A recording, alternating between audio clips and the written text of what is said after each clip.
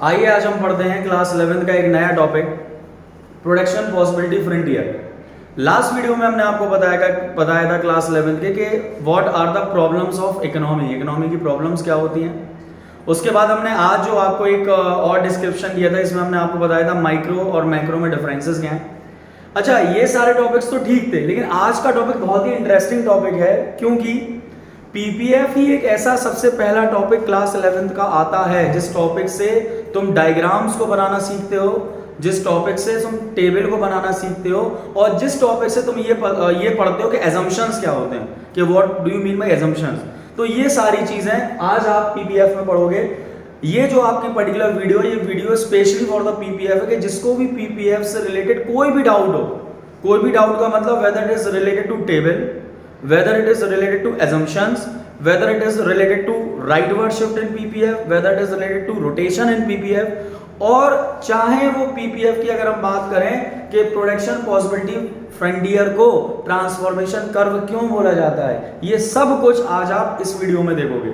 तो आप इसको ध्यान से इस वीडियो को देखना शुरू से लेके बिल्कुल एंड तक, और आपको आज पीपीएफ के बारे में क्लियर पता चल जाएगा, क्योंकि मोस्ट ऑफ द 11th के ऐसे स्टूडेंट्स हैं अभी भी जिन्होंने पढ़ाई नहीं की, जिन्होंने पढ़ाई करने की कोशिश तो की, लेकिन जैसे ही पीपीएफ टॉपिक आता है सब ब्लर हो जाता है कि सर ये टेबल कैसे बन गया, सर ये डायग्राम कैसे बन गया, या इस टेबल में ऐसा क्या बताया गया। तो जल्दी से आज हम स्टार्ट करते हैं सबसे पहला टॉपिक। और जो पहला टॉपिक क्यों बोला गया है, क्योंकि यही एक पहला टॉपिक है, इसके डायग्राम और टेबल अलग से बनते हैं। तो सबसे पहला टॉपिक है पीपीएफ। अब आप कहोगे पीपीएफ का मतलब क्या है, तो सबसे पहला आपने जब आप छोटे बच्चे थे तो आपने सिनोनिम्स पढ़े होंगे, पढ़े थे सिनोनिम्स। सिनोनिम्स क्या होते थे? सिनोनिम्स का मतलब था कि एक ही चीज के कई सारे नाम हो। तो वैसे पीपीएफ के भी कई सारे नाम हैं, जैसे हमने ऊपर लिखा क्या है, प्रोडक्शन पॉसिबिलिटी फ्रंटियर, शॉर्ट में क्या लिखा, पीपीएफ। इसका दूसरा नाम है पीपीएस, मतलब प्रोडक्शन पॉसिबिलिटी शेड्यूल। इसका तीसरा नाम है पीपीसी, मतलब प्रोडक्शन पॉसिबिलिटी कर्व। इसका चौथा नाम है पीपीटी, मतलब प्रोडक्शन पॉसिबिलिटी ट्रांसफॉर्मेशन। और भी कई सारे नाम है, जैसे एक और नाम हम बता देते हैं पीपीबी, मतलब प्रोडक्शन पॉसिबिलिटी बाउंड्री। इनके नाम कई सारे हों लेकिन मतलब सिर्फ एक है।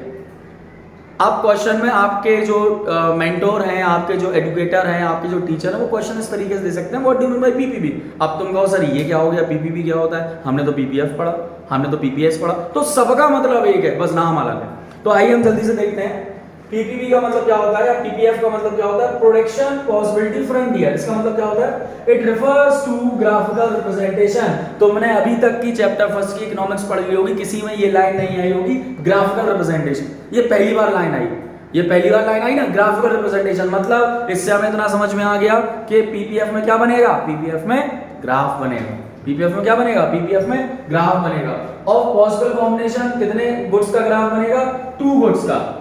कितने जो है वो ग्राफ बनेगा, 2 गुड्स का ग्राफ बनेगा, that can be produced with given resources and technology. और जो हम क्या कर सकते हैं, जो हम प्रोड्यूस कर सकते हैं किसके थ्रू, 2 चीजों के थ्रू। 2 चीजें कौन कौन सी हैं, 2 चीजें आपकी जो है वो, एक है रिसोर्सेज और एक है टेक्नोलॉजी।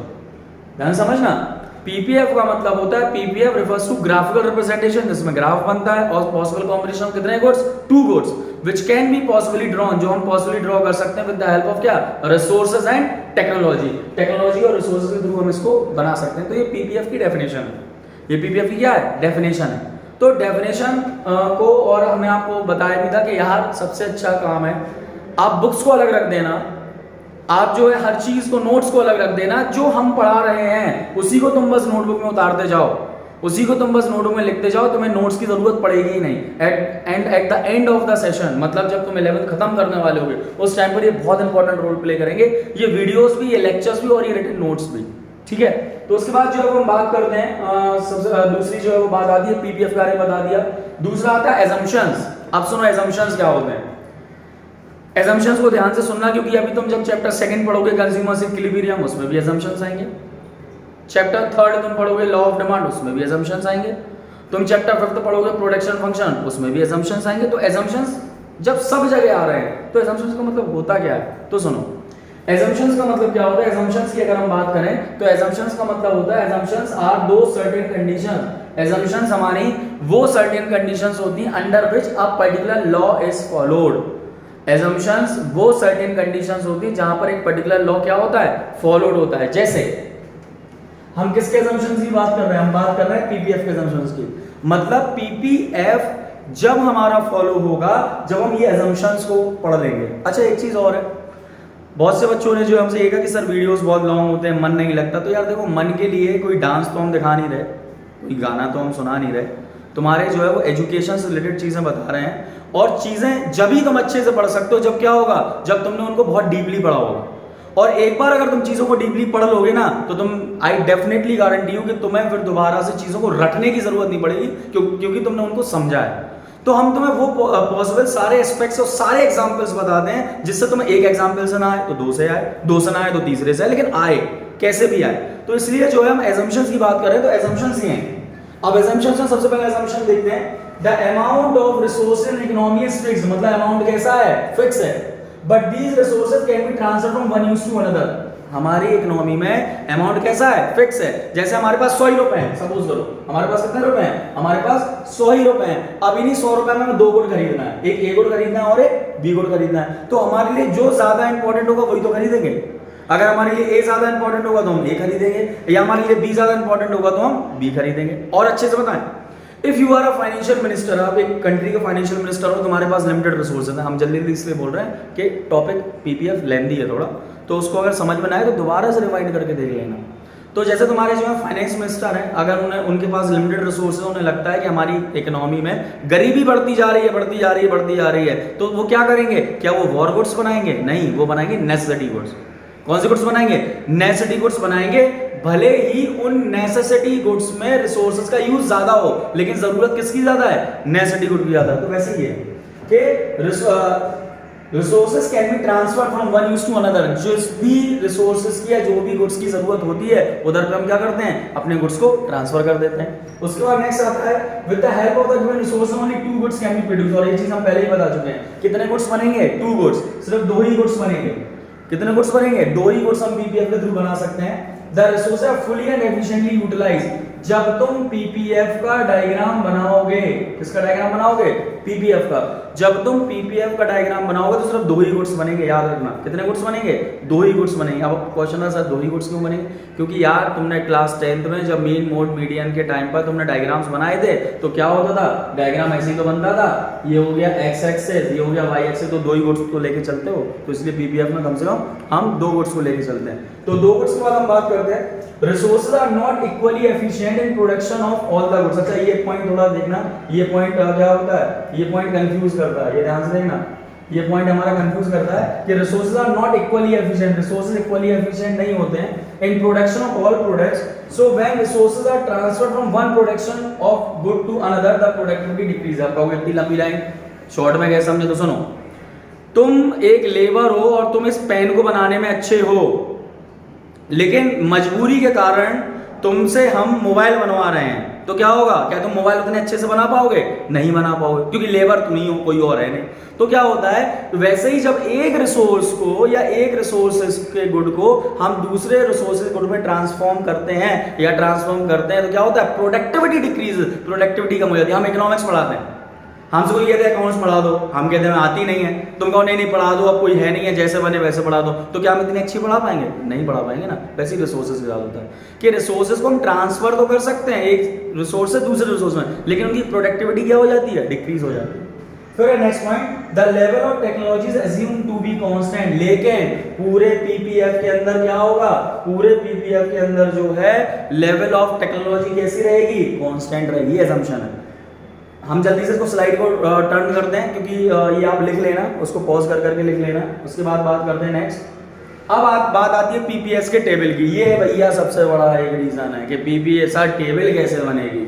हमेशा से एक क्वेश्चन हम स्टूडेंट से हमेशा सुनते हैं कि भैया ये टेबल बनेगी कैसे? टेबल तो आपने बना दी, लेकिन ये टेबल हम कैसे बनाएं, या ये टेबल हम कैसे बना सकते हैं? तो देखो, टेबल को बनाने का सबसे अच्छा तरीका आज हम बताते हैं आपको। एक बार आप टेबल को समझ लो, फिर आपको टेबल को रटने की जरूरत नहीं पड़ेगी। याद रखना, एक बार आप टेबल को समझ लो, फिर टेबल को आपको रटने की जरूरत नहीं पड़ेगी। जैसे आपने असम्पशंस में क्या पढ़ा था? हम दो गुड्स को लेके चलेंगे, एक गन को लेके चले और एक क्या लेके चले? बटर लेके चले। क्वेश्चन पहला यही आ गया, गन और बटर कैसे आ गए? गन कहां, बटर कहां? तो सुनो, हमने दोनों अपोजिट गुड्स इसलिए लिए क्योंकि गन क्या है? गन एक वॉर गुड है, जबकि बटर क्या है? बटर एक नेसेसिटी गुड है। गन एक वॉर गुड है और बटर क्या है, एक नेसेसिटी गुड है। अब एक बात बताओ, अगर तुम्हें भूख लगी है, तुम्हारे सामने गन रख दो, तुम खाओगे? तुम नहीं खाओगे, तुम क्या खाओगे? तुम कहोगे हमें भूख लगी, तुम्हें बटर चाहिए। मतलब नेसेसिटी गुड ज्यादा इंपॉर्टेंट होता है as compare to war good. अब एक दूसरा क्वेश्चन और राइज होता है कि सर गन तो इतनी महंगी आती है, बटर 10 रुपए का गन आती है, 1 लाख की भी आती है, 2 लाख की भी आती है, 80-90 हजार की भी आती है, तो क्या कॉम्बिनेशन? तो बेटा इसमें प्राइस को लेके नहीं चलते हैं। देखो हम सारे कंडीशंस आपके वो कर रहे हैं, इसमें प्राइस को भी लेके नहीं चलते हैं। इसमें क्या लेके चलते हैं? इसमें हम प्राइजेस से हट के हम इसमें क्या लेके चलते हैं? हम रिसोर्सेज को लेके चलते हैं। 2 रिसोर्सेज हैं जिनकी इक्वल वैल्यू है, जिनकी इक्वल प्राइस है, जिनकी इक्वल टेक्नोलॉजी है, जिनके इक्वल रिसोर्सेज नहीं है। बस रिसोर्सेज हमारे पास जो पहले रिसोर्सेज हैं वो क्या है? हमारे पास सपोज करो ये 21 गन्स हैं, मतलब हमारे पास 21 गन है। पूरी इकोनॉमी के अंदर टोटल हमारे पास 21 गन है और बटर हमारे पास 0 है, मतलब एक भी नहीं है। टोटल हमारी इकोनॉमी के पास कितनी गन है? 21 गन है और बटर क्या है? एक भी नहीं है। अब बात आती है बटर क्यों नहीं है एक भी? तो हमने एक रिसोर्सेज को मैक्सिमम रखा और एक रिसोर्सेज को मिनिमम रखा। फिर ये होती है पॉसिबिलिटीज। पॉसिबिलिटीज का मतलब होता है डिफरेंट कंडीशंस। पॉसिबिलिटीज का मतलब क्या होता है? Different condition. डिफरेंट कंडीशंस का मतलब जैसे देखिए ए कंडीशन, पहली कंडीशन क्या था? 21 गन 0 बटर। हम जब बी कंडीशन पर गए तो हमने देखा कि गन बटर हमारे पास एक भी नहीं है और बटर की जरूरत, तो हमने क्या किया? एक गन को कम किया और एक बटर को बढ़ा दिया। हमने क्या किया? हमने एक गन को कम किया और एक बटर को क्या कर दिया? एक बटर को बढ़ा दिया, तो एक बटर बढ़ गया। फिर क्या हुआ? नेक्स्ट पॉसिबिलिटी क्या हुई? पॉसिबिलिटी आपकी सी। अब 2 गन कम हुई, ये देखो 2 गन कम हुई और एक बटर बढ़ा। फिर रीजन ये आता है कि सर जब 2 गन कम हुई तो 2 बटर बढ़ना चाहिए ना, एक ही क्यों बढ़ा? तो हमने आपको क्या बताया था assumption में? जरूरी नहीं है कि जो रिसोर्सेज इसको बनाने में अच्छे हो वही रिसोर्सेज इसको भी बनाने में अच्छे हो। जरूरी नहीं है कि जो रिसोर्सेज गन को बनाने में अच्छे हो वही क्या हो? बटर को बनाने में अच्छे हो। तो जब गन के रिसोर्सेज को हम क्या कर रहे हैं? बटर में ट्रांसफॉर्म कर रहे हैं, या गन के रिसोर्सेज को ही हम बटर में लेके चल रहे हैं, तो क्या हो रहा है? इससे जो है वो हमारी प्रोडक्टिविटी डिक्रीज हो रही है। इससे क्या हो रहा है? इससे हमारी प्रोडक्टिविटी डिक्रीज हो रही है। तो देखो प्रोडक्टिविटी डिक्रीज हुई। इसके 2 रीजन है। पहला रीजन क्या है कि रिसोर्सेज जो हमारे पास अवेलेबल है, 2 रीजन है। पहला रीजन क्या है? रिसोर्सेज जो हमारे पास अवेलेबल है वो गन को बनाने में अच्छे हैं लेकिन बटर को बनाने में अच्छे नहीं है। और दूसरा ये भी आप बोल सकते हो कि लेबर जो हमारे पास अवेलेबल है वो लेबर गन को बनाने में तो अच्छी है लेकिन बटर को बनाने में अच्छी नहीं है। फिर उसके बाद बात करते हैं हमने क्या किया। फिर पॉसिबिलिटी डी पर है। डी में क्या हुआ? 3 गन कम हुई और बटर 1 से ही बढ़ा। फिर 4 गन कम हुई, बटर 1 से ही बढ़ा। फिर 5 गन कम हुई, बटर 1 से ही बढ़ा। फिर 6 गन कम हुई, बटर 1 से ही बढ़ा। अब इसके आगे तो बढ़ नहीं सकता क्योंकि 0 हो गया। तो आप देख सकते हो कि जो गन है मतलब जो गुड ए है वो हम ज्यादा से कम करते चले जा रहे हैं और ये क्या हो रहा है? ये कांस्टेंट रेट से बढ़ रहा है। अब बात आती है एमओसी क्या होता है सर? एमओसी का होता है मार्जिनल अपॉर्चुनिटी कॉस्ट। मतलब ए से अगर हम बी पर गए, ए की अपॉर्चुनिटी कॉस्ट बी है। अब आप कहोगे सर अपॉर्चुनिटी कॉस्ट क्या होती है? तो हम शॉर्ट में बताते हैं नेक्स्ट बेस्ट ऑल्टरनेटिव। ए से बेटर बी था जब तो हम बी पर गए, बी से बेटर सी था तभी तो हम सी पर गए। तो जब हम ए से बी पर गए तो ए से बी पर जाने पे कितना सेक्रीफाइस किया हमने गन को? 1 को। तो ये देखो ये हो गया 1। जब हम बी से सी पर गए तो कितना सेक्रीफाइस किया? 2। तो ये देखो ये हो गया 2। जब हम सी से डी पर गए तो कितना सेक्रीफाइस किया? 3। तो ये देखो हो गया 3। ये देखो 3 कम हुआ। तो ये एमओसी होता है। फिर होता है एमआरटी। एमआरटी का फॉर्मूला क्या है? डेल्टा गन अपॉन डेल्टा बटा, मतलब डेल्टा मतलब था चेंज इन गन सेक्रीफाइस, मतलब gun sacrifice upon change in butter. जैसे आप देखो पहले में गन कितने सेक्रीफाइस हुई? 1 से हुई, तो हम लिख सकते हैं 1 अपॉन बटर कितने से गेन हुआ? 1, तो 1 अपॉन 1 लिख सकते हैं। तो 1 अपॉन 1 को हम ऐसे लिख सकते हैं 1 रेशियो 1 गन रेशियो 1 बटर। ये देखो 1 गन रेशियो 1 बटर। फिर आप देखो गन कितने से कम हुई? 2 से कम हुई। बटर कितने से बढ़ा? 1 से। तो देखो 2 गन रेशियो 1 बटर। फिर गन कितने से कम हुई? 3 से, तो 3 गन रेशियो 1 बटर। तो ये क्या होगा? ये एमआरटी हो गया। ये क्या हो गया? एमआरटी हो गया। अब एक रीजन जो सबसे बड़ा आता है कि भैया डायग्राम कैसे बनेगा। समझ रहे हो ना? सबसे बड़ा रीजन आता है कि डायग्राम कैसे बनेगा। तो हम शॉर्ट में डायग्राम बना लेते हैं। जैसे हमने ये इधर पे देखो, ये हमने इधर पे लिया। अच्छा इसको चलो हम दूसरे जो है पूरा ग्राफ बना देते हैं। ग्राफ के लिए थोड़ा सा हम देखते हैं इधर पे कि ग्राफ के लिए हम जाते हैं बोर्ड पे, व्हाइट बोर्ड पे। तो व्हाइट बोर्ड की जो है वो हम बात करते हैं। तो इसमें जैसे फॉर एग्जाम्पल देखो, फिर देखते हैं स्टेबल को। तो स्टेबल को हम देखने के बाद डायग्राम की बात करें। डायग्राम देखो कैसे बनेगा। ये है आपका, इसको हम देखते हैं।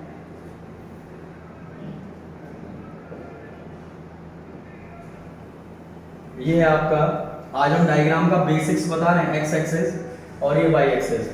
ये एक्स एक्सेस है, इस पे हम लेके चले क्या, इस पे हम लेके चले बटर, और इस पे हम लेके चले क्या, वाई एक्सेस। ये एक्स एक्सेस पे बटर और वाई एक्सेस पे गन, ठीक, गन और बटर लेके चले, जो कि बटर आप 1 1 से बढ़ रहा था, तो बटर को हम इधर पे ऐसे लिख सकते हैं 0 1 2 3 4 5 और आई थिंक 6 या 5 तक जो भी है। इधर पे हम गैप लेके चले 3 6 9 12 18 21। तो जब तुम ग्राफ बनाओगे, ये ग्राफ इस तरीके से बनेगा, ये बनेगा ग्राफ, ये अगर 5 होगा तो ये बनेगा, इस तरीके का जो है आपका ग्राफ बनता है। और जब ये ग्राफ आपका बनता है तो ये ग्राफ क्या होता है, ये ग्राफ जो आपका बनता है, ये ग्राफ होता है, इस ग्राफ का शेप होता है कौन सा, इस ग्राफ का जो शेप होता है वो होता है कॉन्वेक्स शेप का, याद रखना, ठीक है। आप इसको और अच्छे से अगर आपको पता करना हो तो देखो, इसको हम दोबारा से जो है वो स्लाइड पर जाते हैं और इसमें देखो, ये आपको जो है ग्राफ बनाया, तो ग्राफ के बाद नेक्स्ट हम बात करते हैं, इसको और अच्छे से पता चलेगा। पीपीएफ स्लोप डाउनवर्ड्स, ध्यान से देखना, देखो अभी याद हमने कहा था पीपीएफ कॉन्वेक्स शेप का होता है, कॉन्वेक्स भी होता है, कॉनकेव भी होता है, लेकिन जो आपने डायग्राम बनाया, सॉरी जो टेबल बनाया, उस टेबल के अकॉर्डिंग जो डायग्राम था वो कॉनकेव शेप का था। तो पीपीएफ स्लोप डाउनवर्ड्स, तो आप देखो उधर पे, जब आपने पीपीएफ बनाया तो पीपीएफ वो कैसा बना, जब आपने पीपीएफ बनाया तो पीपीएफ कैसे बना, पीपीएफ ऐसे ही तो बना था, ये एक्स एक्सेस, ये वाई एक्सेस, ये देखो पीपीएफ ये डाउनवर्ड, तो पीपीएफ डाउनवर्ड होता है, पहला कैरेक्टरिस्टिक पूरा हुआ। पीपीएफ इज कॉनकेव शेप, ये जो शेप है ये शेप होता है कॉनकेव शेप। कौन सा शेप होता है, ये जो शेप होता है ये होता है कॉनकेव शेप। अब आप कहोगे सर पीपीएफ कॉनकेव शेप क्यों होता है, तो इसके लिए थोड़ा सा हम पहली वाली स्लाइड पे चलते हैं। पीपीएफ कॉनकेव शेप उसके होता है because of increasing MRT. PPF concave shape क्यों होता है, बिकॉज ऑफ इंक्रीजिंग एमआरटी। तो उसको हम लिख देते हैं एक बार कि पीपीएफ इज कॉनकेव शेप, बार-बार हम रट रहे हैं वो चीज, PPF is concave shape because of क्या, increasing MRT. PPF concave shape होता है बिकॉज ऑफ इंक्रीजिंग क्या, एमआरटी। तो ये पीपीएफ के दो कैरेक्टरिस्टिक्स हो गए। उसके बाद बात करते हैं can PPF be a straight line, तो क्या पीपीएफ स्ट्रेट लाइन हो सकता है, तो बिल्कुल हो सकता है। Can PPF be a straight line, देखो हम बार-बार ये चीज कह रहे हैं कि हम आपको एक एक टॉपिक पढ़ा रहे हैं, वीडियो भले ही लेंथी हो, मैं बार-बार ये चीज बोल रहा हूँ, वीडियो भले ही लेंथी हो, लेकिन फ्री ऑफ कॉस्ट आपको पैसा देके पीपीएफ नहीं इतने अच्छे से कोई समझाएगा जितना हम फ्री ऑफ कॉस्ट आपको पीपीएफ समझा रहे हैं। बस आपको थोड़ा सा ध्यान देना है, और अगर चीजें हमारी समझ में नहीं आती हैं तो उसको रिवाइंड करके सुन लो।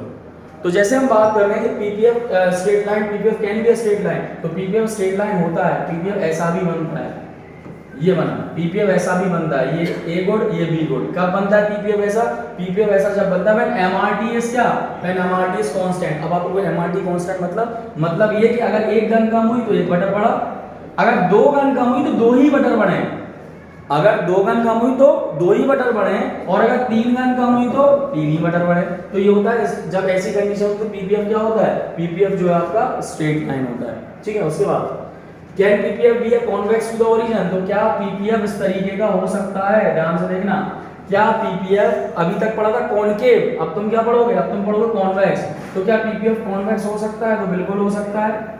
पीपीएफ इस शेप का भी हो सकता है, इस शेप का कब होता है, when MRT is decreasing, MRT जब डिक्रीज हो रहा हो, एमआरटी जब क्या हो रहा हो, डिक्रीज हो रहा हो। एमआरटी डिक्रीज कैसे हो रहा है, जैसे गन और बटर है, तो हम क्या कर रहे हैं, बटर को गन को हम कम से कम कर रहे हैं, गन को हम क्या कर रहे हैं, जैसे आपने अभी टेबल में क्या देखा था, गन पहले 1 से कम हुआ, फिर 2 से कम हुआ, फिर 3 से हुआ। अब हम उल्टा कर दें, पहले गन 10 से कम हुआ, फिर गन 8 से कम हुआ, फिर गन 6 से कम हुआ, तो इस टाइम पर क्या होगा, इस टाइम पर पीपीएफ क्या होगा, कॉन्वेक्स शेप का होगा। पीपीएफ कौन सी शेप का होगा, पीपीएफ कॉन्वेक्स शेप का होगा। उसके बाद पीपीएफ इज ट्रांसफॉर्मेशन कर्व, ये कोई नहीं बताता है, ये सुन लो, पीपीएफ को हम ट्रांसफॉर्मेशन कर्व भी बोलते हैं। पीपीएफ का दूसरा नाम ट्रांसफॉर्मेशन कर्व भी है, पीपीएफ का, फिर से सुनो, पीपीएफ का दूसरा नाम क्या है, ट्रांसफॉर्मेशन कर्व। ट्रांसफॉर्मेशन कैसे, क्योंकि पीपीएफ के अंदर अगर ये दो गुड है, ए गुड एक बी गुड, तो हम क्या कर रहे हैं, ए गुड के रिसोर्स को बी गुड में ट्रांसफॉर्म कर रहे हैं। जब ए गुड के रिसोर्स को हम बी गुड में ट्रांसफॉर्म कर रहे हैं तो इसके पीपीएफ क्या होता है, पीपीएफ आपका ट्रांसफॉर्मेशन कर्व भी होता है, ठीक है। तो ये एक पॉइंट ये हो गया, लिखते जाना नोटबुक में। नेक्स्ट हम बात करें चेंज इन पीपीएफ, तो पीपीएफ के दो चेंजेस होते हैं, एक होता है शिफ्ट और एक होता है रोटेशन। एक होता है शिफ्ट और एक क्या होता है, रोटेशन। ये पीपीएफ ही चल रहा है भाई साहब, याद रखना, नहीं तुम सोचो अरे ये क्या पढ़ा रहे हैं, ये पीपीएफ के ही टॉपिक्स हैं। अगर तुम्हारे स्कूल में टीचर्स ने इतना लेंथी ना पढ़ाया हो तो सुन लो, या तुमने अभी तक इतना लेंथी सुना ही ना हो पीपीएफ तो सुन लो, और अगर तुम्हें पीपीएफ नहीं आता था समझ में अभी तक तो उसका रीजन ये था कि तुमने अच्छे से नहीं पढ़ा। ये पूरा ब्रीफ डिस्क्रिप्शन है पीपीएफ का। तो पीपीएफ दो तरीके से शिफ्ट होता है, दो तरीके कौन कौन से? शिफ्ट इन पीपीएफ और रोटेशन। शिफ्ट कब होता है? जब दोनों गुण में चेंज हो, ए में भी और बी में भी। और रोटेशन कब होता है? जब सिर्फ एक गुण में चेंज हो, ए में ही चेंज हो। तो ये शिफ्ट हो गया और क्या हो गया? ये शिफ्ट हो गया और रोटेशन हो गया। ठीक है, अब बात आती है शिफ्ट और रोटेशन होता कैसे? तो देखो राइटवर्ड शिफ्ट। सबसे पहले पीपीएफ क्या होता है? सबसे पहले पीपीएफ होता है राइटवर्ड शिफ्ट। पीपीएफ कैसे शिफ्ट का होता है? पीपीएफ होता है राइटवर्ड शिफ्ट। तो राइटवर्ड शिफ्ट कैसे होता है? ऐसे ही है पीपीएफ, ये है एक्स एक्सिस, ये है वाई एक्सिस, ये हो गया पीपीएफ। हम बता दे रहे हैं ये ए गुड और ये बी गुड, ये ए गुड और ये क्या हो गया? B good. अब आपने क्या पढ़ा? Rightward shift when there is advancement. याद रखना पूरी इकोनॉमिक्स के अंदर जब भी किसी भी डायग्राम में राइटवर्ड शिफ्ट होगा, जब भी किसी डायग्राम में क्या होगा? राइटवर्ड शिफ्ट होगा, इसका मतलब कुछ ना कुछ बढ़ रहा होगा। तो अगर पीपीएफ में क्या हुआ? राइटवर्ड शिफ्ट हुआ, ये ए से ए1 हो गया और ये बी से बी1 हो गया, तो because of growth of resources, resources का ग्रोथ हुआ। देखो मैंने अलग से उसको रेड से हाईलाइट किया है, ग्रोथ ऑफ रिसोर्सेज मतलब रिसोर्सेज बढ़ गए। तो रिसोर्सेज के बढ़ने से राइटवर्ड शिफ्ट हुआ, रिसोर्सेज के बढ़ने से क्या हुआ? राइटवर्ड शिफ्ट हुआ। उसके बाद आता है लेफ्टवर्ड शिफ्ट। तो लेफ्टवर्ड शिफ्ट कब होता है? व्हेन देयर इज डिग्रेडेशन, मतलब टेक्नोलॉजी डिग्रेड क्या होता है? टेक्नोलॉजी क्या हो जाए? टेक्नोलॉजी आपकी डिग्रेड हो जाए। तो टेक्नोलॉजी डिग्रेड कैसे होगी? ध्यान से देखना। टेक्नोलॉजी डिग्रेड का मतलब होता है कि टेक्नोलॉजी आपकी कम हो गई। जब टेक्नोलॉजी आपकी कम हो गई तो ये है पीपीएफ, ये है एक्स एक्सिस, ये है वाई एक्सिस, ये हो गया ए गुड, ये हो गया बी गुड। अब हो गया क्या? अब हो गया आपका कौन सा शिफ्ट? अब हो गया आपका लेफ्टवर्ड शिफ्ट। तो ये हो गया, अब ये लेफ्टवर्ड हो गया, ए से ए1 और बी से बी1। मतलब अगर पीपीएफ लेफ्टवर्ड हुआ तो क्यों हुआ? या तो टेक्नोलॉजी कम हो गई या रिसोर्सेज कम हो गए, तो ये लेफ्टवर्ड शिफ्ट। हमने बोला था ना शिफ्ट मतलब दो गुड्स में चेंज होना और रोटेशन मतलब एक गुड में चेंज होना। तो ये शिफ्ट हो गया। शिफ्ट के बाद जो हम बात करते हैं शिफ्ट इन पीपीएफ के बाद रोटेशन और पीपीएफ। रोटेशन कैसे होता है? रोटेशन आपका होता है कि जब एक ही गुड में चेंज हुआ हो, एक ही गुड में राइटवर्ड, एक ही गुड में लेफ्टवर्ड। अब आप कहोगे सर एक ही गुड में राइटवर्ड और एक ही गुड में लेफ्टवर्ड कैसे होगा? तो ये देखो, ये तुम्हारा डायग्राम है, ये एक्स एक्सिस, ये है वाई एक्सिस, ये तुम्हारा पीपीएफ है। अब इसमें क्या लिखा हुआ है? Rotation for commodity on the x axis. ये ए गुड, ये बी गुड। तुम्हारा जो ग्राफ है वो इधर से चला आ रहा है, तुम्हारा जो ग्राफ है वो इधर से चला आ रहा है और ये ऐसे हो गया, ये b1 हो गया। मतलब राइटवर्ड रोटेशन हुआ। क्या हुआ? राइटवर्ड रोटेशन हुआ। और अगर ये ऐसे चला आ रहा तो क्या हो गया? ये लेफ्टवर्ड रोटेशन हुआ। कहने का मतलब क्या है? कहने का मतलब ये राइटवर्ड रोटेशन क्यों हुआ? क्योंकि सिर्फ बी गुड के गुड्स में इंक्रीज इन टेक्नोलॉजी हुआ। और ये बी गुड लेफ्ट क्यों हुआ? क्योंकि बी गुड में क्या हुआ? लेफ्टवर्ड शिफ्ट इसलिए हुआ क्योंकि टेक्नोलॉजी डिग्रेड हो गए बी गुड के। ठीक है, वैसे ही वाई एक्सिस में होगा। अगर ये डायग्राम है, ये देखो, ये एक्स एक्सिस, ये वाई एक्सिस, ये ए गुड और ये क्या हो गया? B good. अब ये डायग्राम ऐसे चला, ये ऐसे चला और ये ऐसे हो गया। मतलब अब ए में राइटवर्ड हुआ ना, रोटेट शिफ्ट नहीं रोटेट, क्योंकि एक ही गुड में रोटेशन हुआ। तो जब ए गुड में रोटेशन हुआ तो इसका क्या हुआ? या तो ए गुड के रिसोर्सेज अपग्रेड हो गए, ए गुड के रिसोर्स क्या हो गए? अपग्रेड हो गए, इसलिए राइटवर्ड रोटेट हुआ। और दूसरा क्या हो गया? दूसरा हो गया आपका लेफ्टवर्ड। तो लेफ्टवर्ड कब होगा? लेफ्टवर्ड जब होगा जब ए गुड के रिसोर्सेज डिग्रेड हो गए, तो ये लेफ्टवर्ड रोटेट हो गए। ठीक है, तो ये क्या होगा? ये हो गया आपका रोटेशन, वो था शिफ्ट और ये क्या होगा? रोटेशन। अभी लास्ट स्लाइड बचती है जिसको बोलते हैं ओवरव्यू ऑफ पीपीएफ। तो ओवरव्यू ऑफ पीपीएफ में क्या है? एक जल्दी से शॉर्ट में देख लेते हैं ओवरव्यू ऑफ पीपीएफ। अगर हम ओवरव्यू ऑफ पीपीएफ की बात करें तो ओवरव्यू ऑफ पीपीएफ की अगर हम बात करें तो इसमें ये बताया गया है पीपीएफ स्लो डाउनवर्ड्स हम बता चुके थे। As an increase in production of one good requires decrease in production of another good. मतलब अगर एक गुड का प्रोडक्शन करेंगे तो दूसरे गुड का प्रोडक्शन कम होगा। दूसरा पीपीएफ कौन से शिफ्ट का होता है? कॉन्केव शिफ्ट का होता है। क्यों होता है? Because of increase in MRT. PPF shows transformation of one good into another. मतलब पीपीएफ हमें ये बताता है कि एक गुड को हम दूसरे गुड में कैसे ट्रांसफॉर्म करते हैं। PPF shows the maximum of possibilities. याद रखना जैसे ये पीपीएफ है, इस पीपीएफ में ये ए पॉसिबिलिटी बनी, ये बी पॉसिबिलिटी बनी, ये सी बनी, ये डी बनी, ये अलग अलग पॉसिबिलिटीज बनी।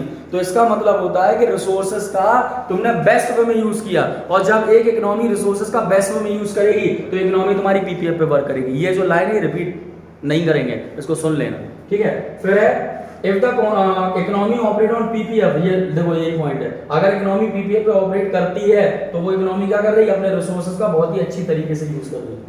अगर एक इकोनॉमी पीपीएफ पे वर्क कर रही है तो अपने रिसोर्सेज का बहुत अच्छे से यूज कर रही है। ठीक है, तो ठीक है, तो ये टॉपिक आपका जो है पूरा हो गया, और आपको इससे रिलेटेड कोई भी डाउट हो तो कमेंट सेक्शन में कमेंट करिएगा, या आपको कोई टॉपिक नहीं आ रहा हो और उसकी बहुत ज़्यादा डिमांड में हो, या आपको लगता हो ये टॉपिक से रियलिटी में कुछ नहीं आता, तो एक बार आप कमेंट बॉक्स में कमेंट करिएगा, तो उस टॉपिक का भी जो है वो हम एक वीडियो नेक्स्ट बना देंगे। ठीक है।